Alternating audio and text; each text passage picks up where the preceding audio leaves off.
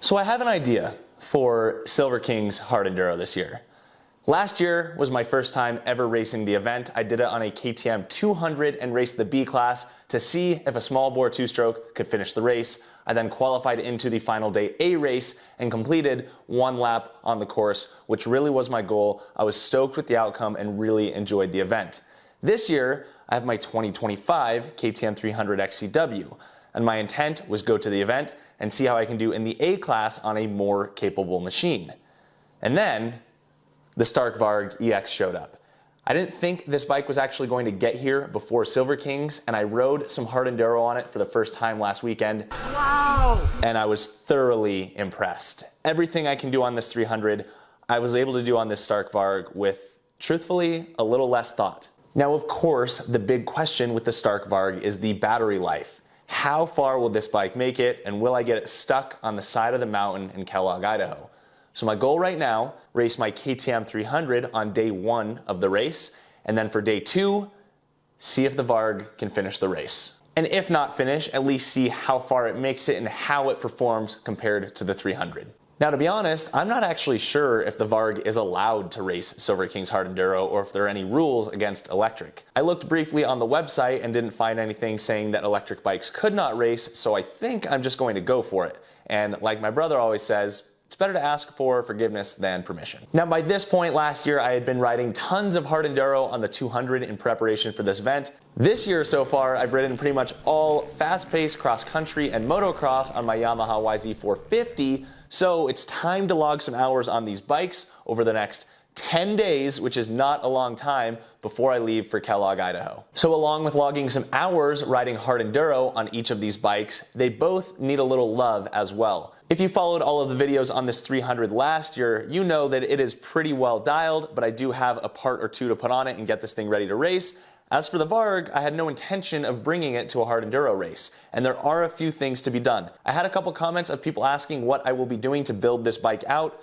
To be honest, they're incredible out of the box. It doesn't need much, but it could be protected a little bit better, especially for Silver King's. So this video will focus on testing and preparing both of these dirt bikes for Silver King's Hard Enduro. Now, I am not making this video with any guarantees, as I'm aware I could show up at Silver King's, I could try and line up on this thing, and they said, nope, you cannot race that. We'll see what happens. I'm gonna take my chances, but I'm gonna be ready to go with both bikes, so let's dive into it. Now, by this point, the clock was ticking and Silver King's was fast approaching. I was scrambling to source parts for the Varg and get another Hard Enduro ride in on each bike. So before a solid day of Hard Enduro on the Varg, this new skid plate from AXP arrived, which protects the battery, foot pegs, and electric motor much better than the stock skid plate, and has linkage protection as well, which not only protects the bike, but allows it to slide over logs. Along with that, it was time to give the rear handbrake a shot. Rear handbrakes make an incredible amount of sense on a bike with no clutch. No foot movement is required, which allows better focus on riding position, there's no bad side on downhill switchbacks, and there is more brake modulation. That said, it will of course require some retraining of the brain. Now, I know there's a bit of a continuity error here as I installed the grips and bar ends first, but we'll talk about that in a second. The rear handbrake was a pretty easy installation. The bodywork comes off with a handful of bolts, the cable routes easily, and I had this thing bled and functional in about 15 minutes. And with the rear brake installed, now we can talk for a minute about grips and bar ends. The stock start grips are not great. I went with the ODI half waffle soft compound for this bike. I've said this in quite a few videos now, but I think bar ends are very important on any bike without full wrap handguards. Well, technically the left bar end not so much, but the right is essential to keep your throttle tube safe from destruction upon impact. I'm honestly surprised that more pro moto and supercross guys don't run a bar end. I ensured the bar was actually free for a bar end as there is internal cable routing on these Stark handlebars, and I don't know exactly how the Stark throttle works, so I went with glue-on instead of lock-on grips for the first time in a long time. Lock-ons are infinitely more convenient, but my process for glue-ons is apply glue, make sure it's spread out, and then spread a thin layer of contact cleaner before sliding the grip on.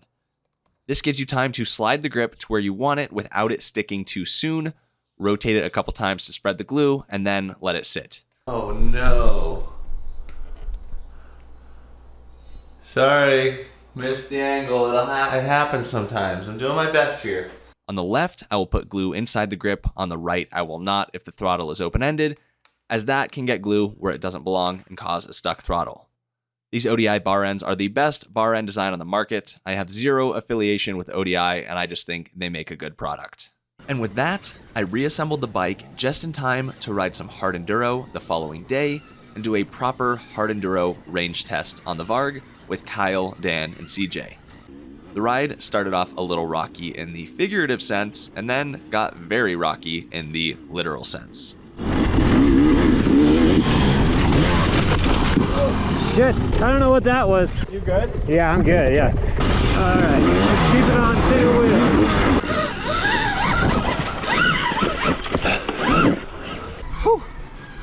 I knew I ate too much food for breakfast. Cramping, dude. To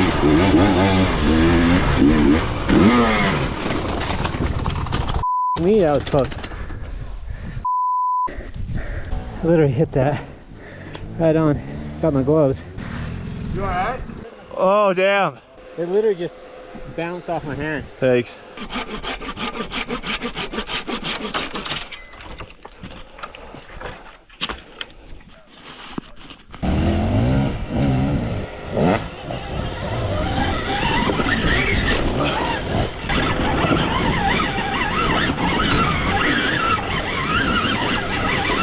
Really hard to tell from GoPro, but this is deep, silty sand. Very limited traction on this hill.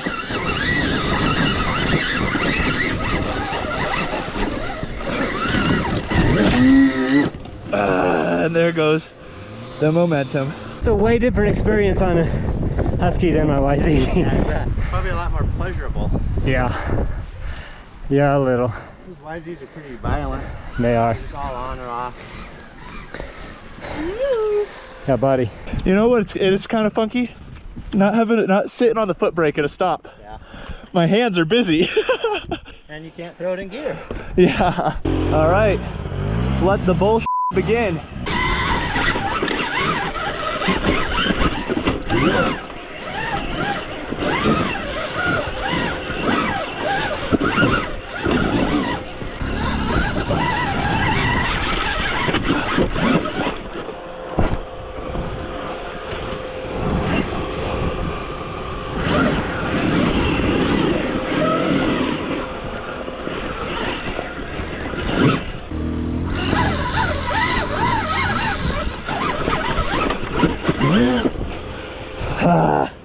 Almost freaking had that.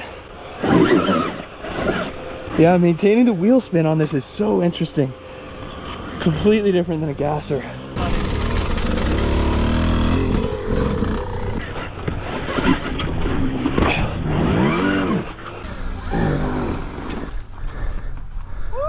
I think if you can stay higher so that you avoid that first rock that I got bumped on, Yeah.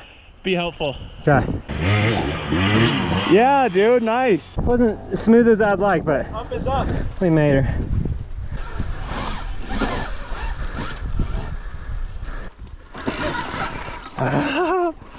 Dude, getting that like quarter second to get your feet on the pegs and get steady is so difficult.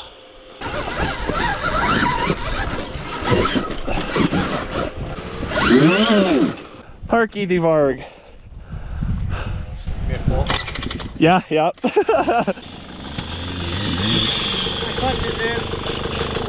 I feel like that'll go. Alright, two boys! Nice.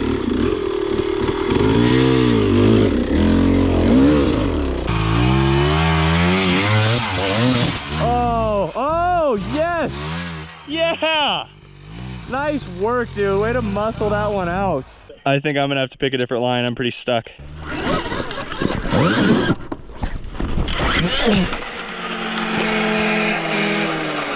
I almost need a fucking tether. Oh, that sounded good.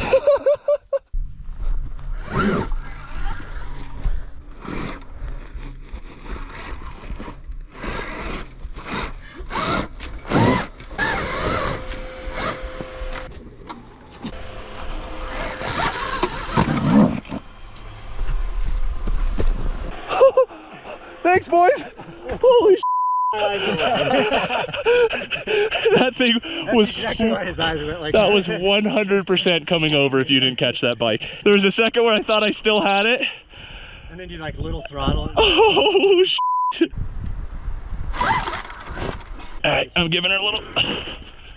Thank you. Damn it, Kyle. He's big like glow. Pickup bike. I love how we've just heard Dan revving this whole time. Yeah.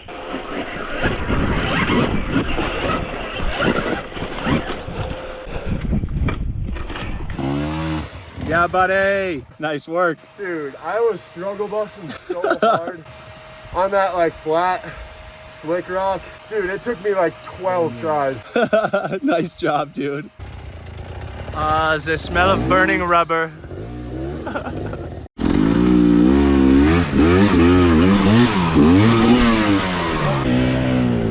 You deserve the lead for that one.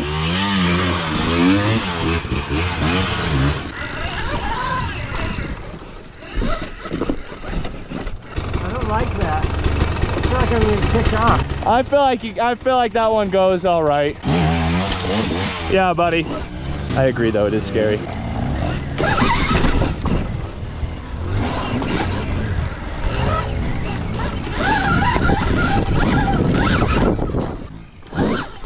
Oh, that wasn't quite as to plan, was it? Just bumped this thing to 35 horse. And this deep silt, felt like it maybe wasn't making quite enough power at certain points, so we'll see if she drains any faster, but I've only burned 5% since we got to the nasty stuff.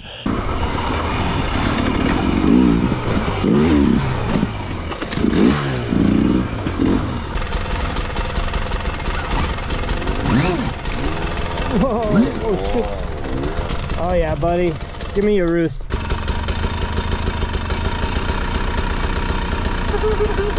Nice. Heavy son of a bitch. So that AXP, is it? Yeah. AXP skid plate.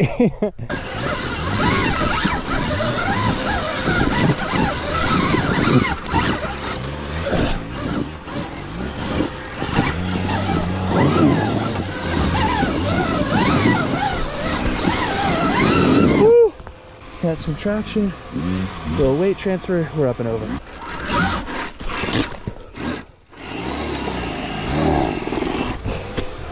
Woo! Nice. You know what's actually pretty useful on this bike? Reverse, dude. Get a little torque when it's hard to just roll it back. Give me exactly what I need to get this little bump up.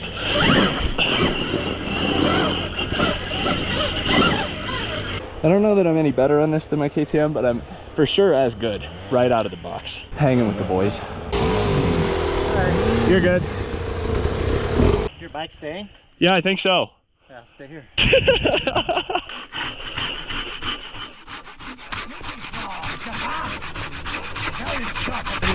can't see anything, but you just storm. Oh yeah. Holy Yeah!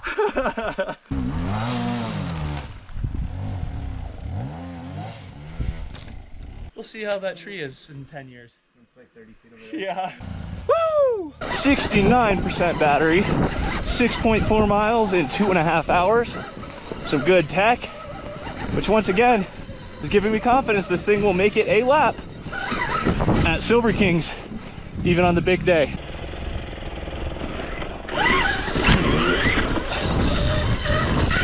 All right, we made it to the top, 67%. Hell yeah, that's not bad, dude. Not bad.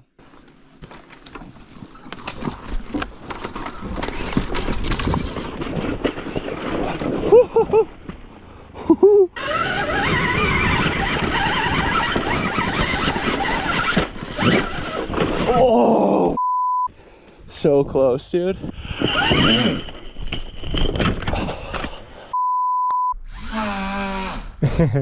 Burnout. Sounds like a chainsaw, dude.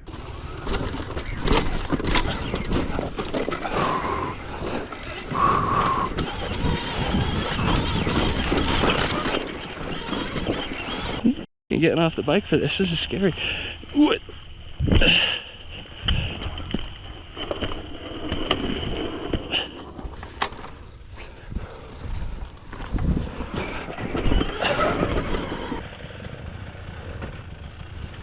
Well, nice, boys. Still carnage, still hard, but better than last year. Yes. I do think 35 was a pretty good horsepower number, where 30 just felt like when it was stuck on steep hills, it was struggling to spin the wheel the way I needed it to. Did you ride this yet? I haven't. You want to? So this is Kyle's new 24 TE300 Pro. Shout out Slavin's Racing. We got Kyle hooked up with the ERM as well, the TSP ERM, that in my opinion was the biggest upgrade to my 300 power wise. They're kind of flat and they like to load up until you install that module, and then it really, oh god, the dust, and then it really crisps up the power, so they're really silky smooth after that. No clutch.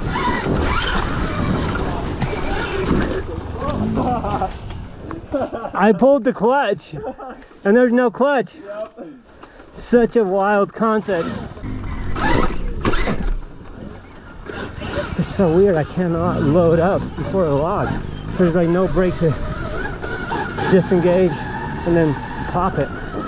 Dude, it's so wild. I know. I try and come up to a log and I'm so used to like pulling the clutch, loading up. Yeah, it's literally like set your weight and yeah. flip it. I don't like this. I can hear my thoughts. Actually, it is really cool, but different. This is wild.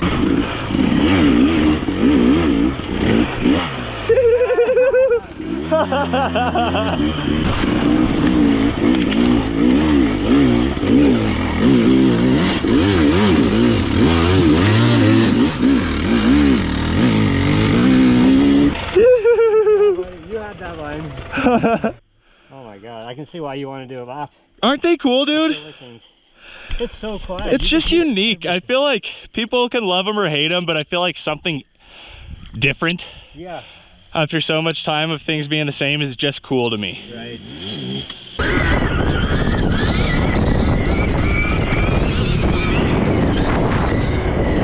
We did it. Nice work, Dan. Let's go, Kyle. Survived the first proper hard enduro ride on the Varg.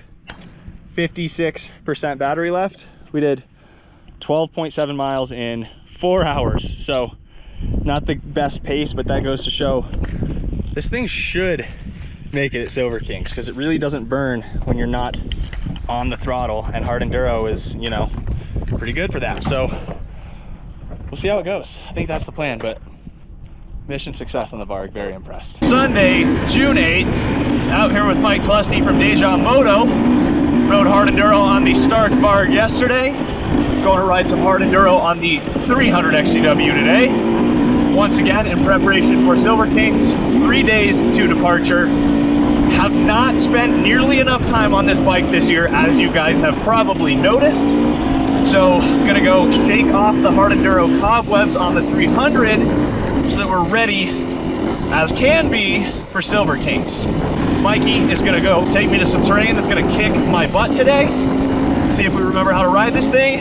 Enjoy that low end love of the 300. And we see you guys once we get to the nasty.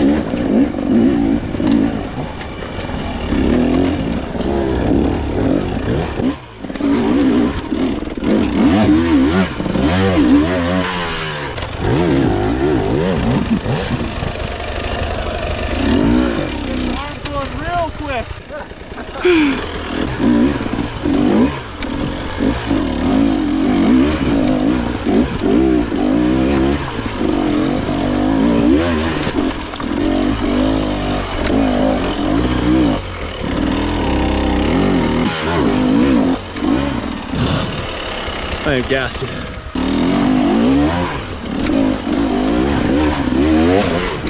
I know you said you like to just keep it going. I gotta let the arms come up real quick. I was slowing down. I let you run away from me, and I had the energy to keep going. I was focusing on that whole time. Only go as fast as what I could still keep a loose grip. I could have gone faster, but I was like, then I'll have to pump. I'll pump and I'll have to stop. And then I'll butcher a spot that I know I need the power for. So like my pace is actually slower than that. Did you hear a little pink early on in the trail? Yeah. Oh, That bitch gone. do you have tools? I have tools. I have a pedal. You do? Cool. Yeah, check this out. This is a mod you should actually probably do. In your airbox? Yeah. I got a shifter in there. Oh, nice. I don't have a brake pedal though. Now, some of the terrain we're about to ride I would not have tackled without a rear brake pedal, so big thanks to Mikey for saving the day, and definitely showed me that I need to prep this bike and what I have stored in it a little bit better before Silver Kings. I was able to get that rear brake pedal swapped trailside, and we continued on with our adventure.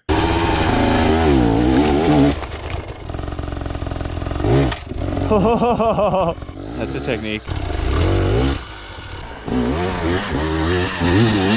Yeah, dude! It is crazy feeling like you're in decent dirt bike shape and then a different discipline just kicking your ass.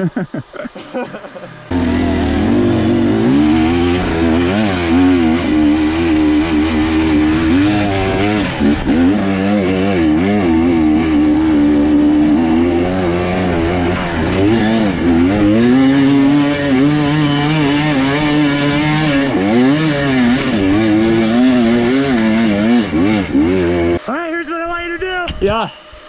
Never let off. Just keep it on the limiter the whole time and do it all right here. Okay. Because once you shut it, you can't ask for it back. It's Okay. gone. And that's some of it wasn't pulling you out because it's Listen to my bike, it'll never shut off. It's hard to retrain your body that when you get hookup, you don't roll off, you just stab the clutch. Let the R's run away because you're probably gonna ask for them a second later. And then it's right there.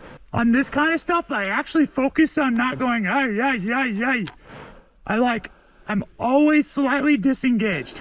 Like the whole hill, the clutch is slipping. I'm never like fully feeding because that upsets. And then you want to chop. So you just,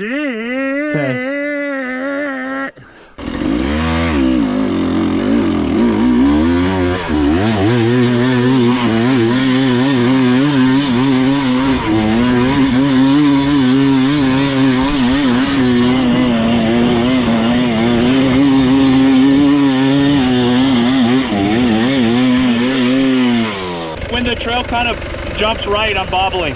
I got to figure out how to keep it steady up at that tree turn. The right-hander? Yep. Yep, so rather than sitting into it like a motocross turn, you stay and you're crouched, but off the, you get your legs off the bike, balls of your feet and break your ankles. You want the bike to be able to wiggle around underneath you, but you also want to be low and forward. So you can just like, little hip adjustments is where you put the traction in. Let the bike dance around underneath you, but you're still keeping your body above the tires. So you lean into the corner, you know, you're doing this. And because if you're seated and you hit one little rock, it's whoop, and then you're off the gas and you're off balance. So you just float an inch off the seat. You had it until you got into the corner and you sat down. Okay. Then you went like that because the it. rock kicked you around.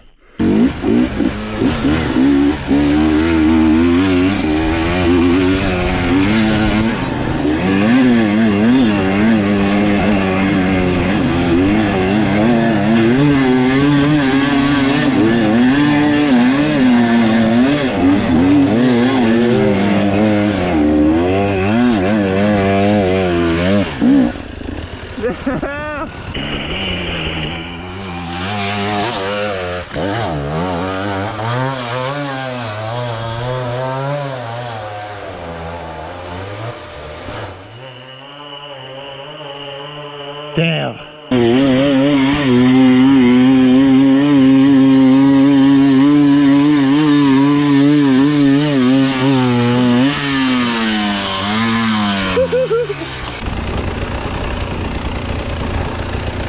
My rear wheel spinning.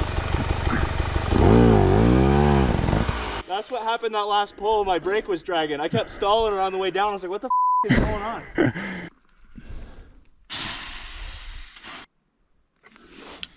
Peace. I think so. Yeah, that was funny timing. I was like, let me try this in aggressive map. And I was like, I'm full gas and nothing is happening right now. Jesus Christ. All right, lap 2. I'm getting my ass handed to me right now.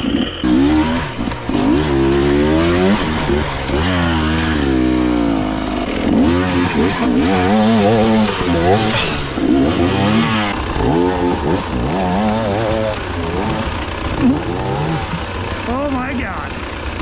Wow.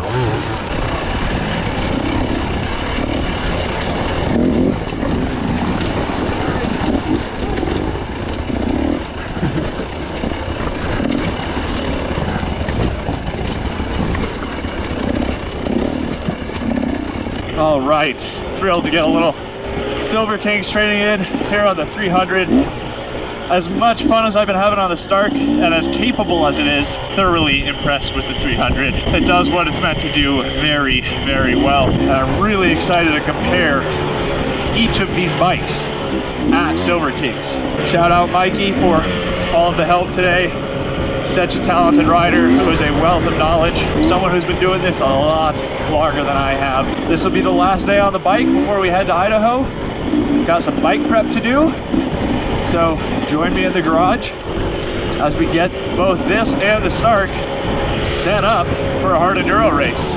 With a great weekend of Hard Enduro in the books and feeling comfortable and confident on each bike, only 2 days remained until departure for Idaho.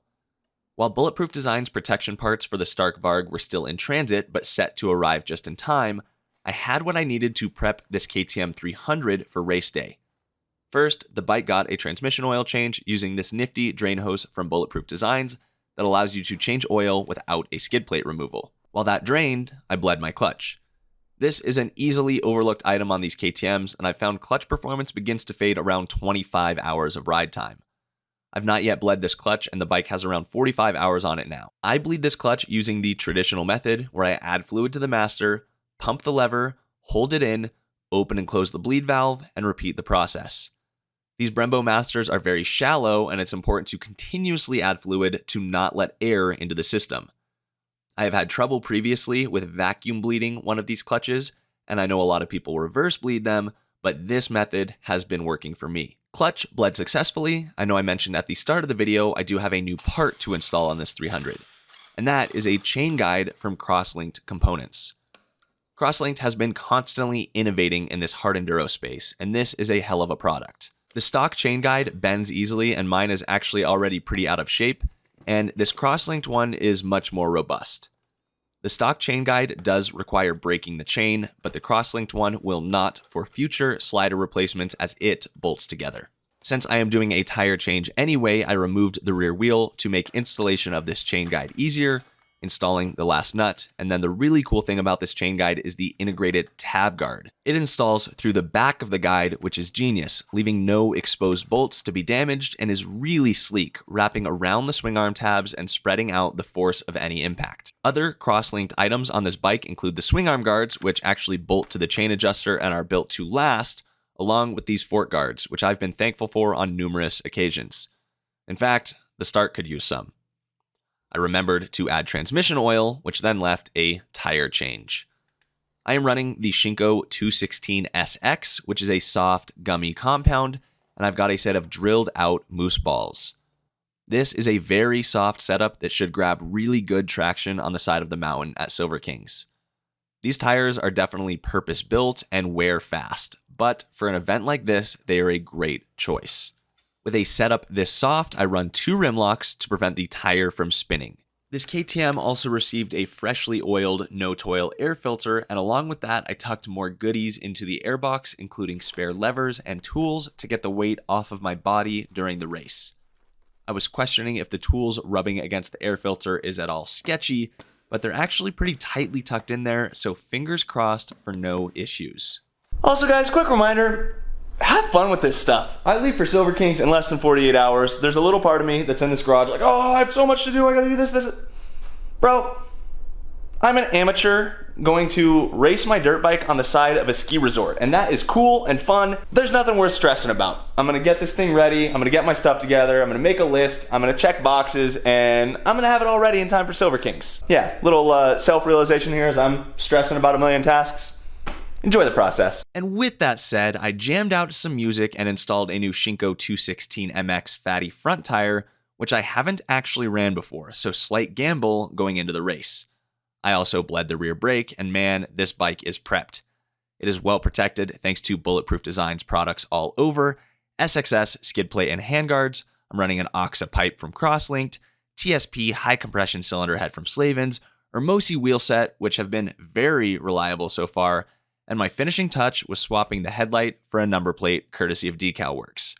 I could argue it was to drop weight, but really, the bike looks cooler and will make me feel faster. With the KTM 300 100% ready to race Silver Kings Hard Enduro, we now revisit the Stark Varg with 24 hours until departure. That 24 hours became 18 hours quickly as I awaited a package from Bulletproof Designs to show up just in time. My buddy Dan came over to drill out a moose and utilize the Rabbit Honda to prepare his bike for Silver Kings, and during that tire change, UPS showed up with the package. After we wrapped up Dan's tire, it was go time for the Stark Varg. I removed the rear wheel, which you may notice has some wild wear on the left side. I'm curious if it was a bad batch of anodizing or what, as I really have no idea how it happened. That first ride at Horse Creek was super muddy, but I've never seen anodizing wear off quite like that.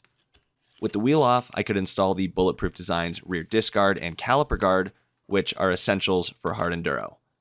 Also, a reminder that Bulletproof offers a lifetime warranty on their products. That rear brake pedal that I snapped on my KTM earlier, lifetime warranty. And that was the first time I've ever broken a Bulletproof Designs product. They are generally super robust, and that tree simply got the best of me. If you've been around the channel for a while, you've seen these parts go on a multitude of bikes, and I am really grateful to be working with Bulletproof. With the rear disc and caliper guards installed, I moved on to the chain guide.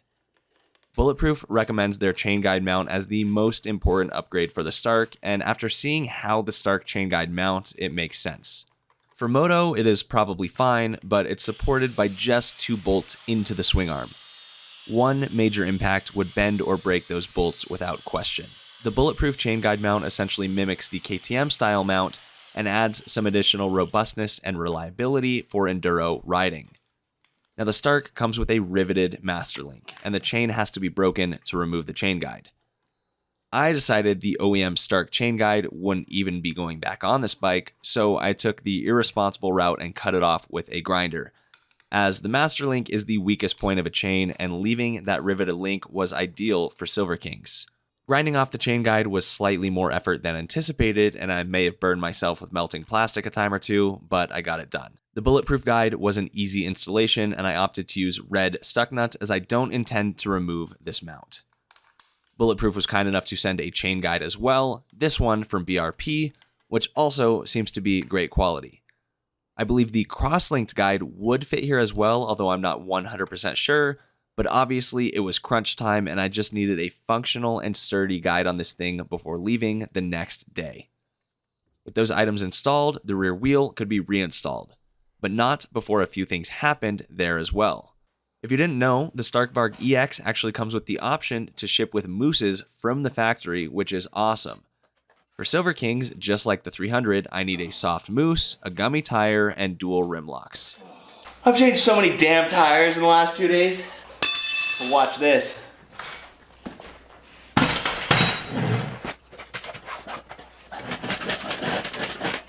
Hit that bead breaker, hold an iron in there, and then bam! The Rabbit Honda do work, baby. Tire off. All of 4 minutes. Fun fact, Stark uses duct tape as rim tape. I approve, honestly. Once again, I'm going with the 216 SX Shinko, and we'll be drilling out the Varg mooses as I didn't have time to get my hands on another set of moose balls. For drilling, I drilled holes all the way around, about an inch and a half apart, and then also drilled vertical holes every 6 or 9 inches. I ordered a second rim lock from Rocky Mountain and upgraded the stock Varg duct tape to Gorilla Tape for the rim strip. With the new Shinko and a drilled out moose installed for ultimate traction on the side of a mountain. Bang! Time! How long has that camera been going for? 5-minute install. Not bad for a dual rim lock. Fresh tire. One task remained for the rear wheel, a Dirt Tricks rear sprocket. The last thing I need is a soft aluminum sprocket bending and ending my race, and Dirt Tricks not only look good, but they're incredibly strong. They come with a 2-year warranty and are made in the USA. They're now sending sprockets to Rocky Mountain by the pallet, which is insane, shows the quality and demand of their products, and I feel fortunate to be working with such a great company. Dirt Tricks sprocket installed, the rear wheel went back on. I will say the chain adjusters are one piece on the Varg I'm not particularly impressed with. Unless I'm missing something, I don't believe you can adjust them on the bike without sliding them out, which seems inconvenient and a step back from your standard adjusters. Correct me if I'm wrong here if you have a Varg and know otherwise. But I digress, the wheel installed no problem and is now well protected. On to the front. The Varg did come with a front disc guard, but I'm swapping it for a bulletproof one as it's more robust and will withstand impacts from rocks a little better than plastic. The right fork lug will also get a guard, which I could have used on my ride over the weekend. I changed the Varg gear oil for the first time, as is recommended after 5 hours of break-in, but I actually couldn't find the recommended Motul 75 weight 90 in a timely fashion. It was on Amazon, but it's not on Rocky Mountain and not at any of my local dealerships. I bought some XPS 75 weight 90 intended for a side-by-side, so hopefully I don't manage to blow up an electric bike at Silver Kings. Gear oil change couldn't be more simple. The skid plate comes off incredibly easily, and I noticed the bolts weren't as tight as I would have liked, so I used blue stuck nuts during reinstallation. This left one task. SXS handguards. I intended to take them off of my Yamaha to put on the Stark for this race, but found out that I couldn't. The Stark control module on the handlebar has internal cable routing through the bar and cannot move side to side to adjust for handguard mounting. The stock Stark handguards are okay, but they're not sturdy enough to provide much support during a tip over in a hard enduro race. I ended up installing some enduro engineering handguards that I had on hand, as they are a little stronger than the Varg guards and mount directly to the master cylinders. And with that, it is 11:30 p.m. on Tuesday, June 10th, the day before departure for Silver Kings. Got about 12-ish hours till I leave for Kellogg, Idaho.